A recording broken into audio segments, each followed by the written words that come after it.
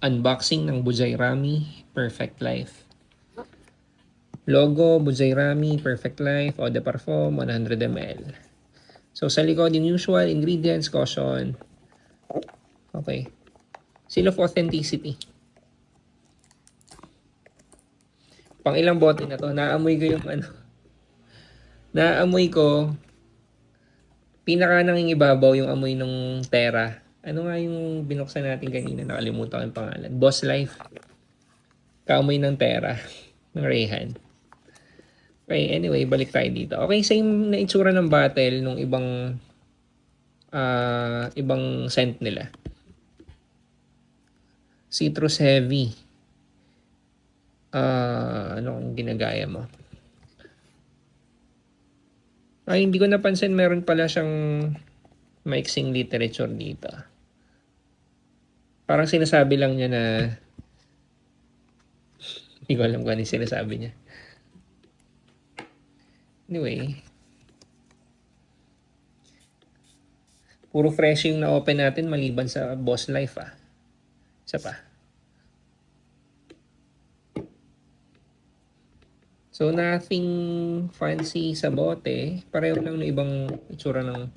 I mean, may kapareho siya na itsura ng bote dun sa ibang scent. Yung cup niya, nagpapanggap na metal, pero hindi. Plastic. Parang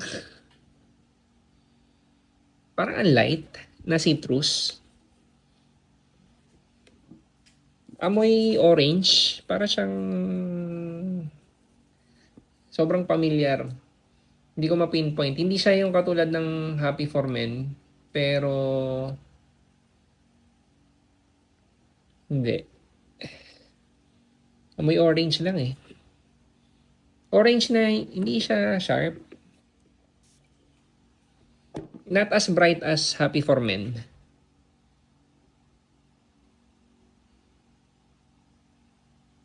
Ano yung kaamoy niya?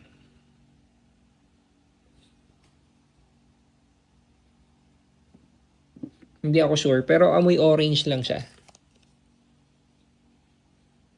Parang pag binalatan mo yung orange. Pero siguro pwede ko ikumpara konti sa Happy for Men, pero parang hindi din. Parang alam ko kagad na iba yung dating ni Happy for Men kapag in-spray ko sa akin. Pero pareho sila para sila magpinsan sa amoy. Amoy orange lang talaga to.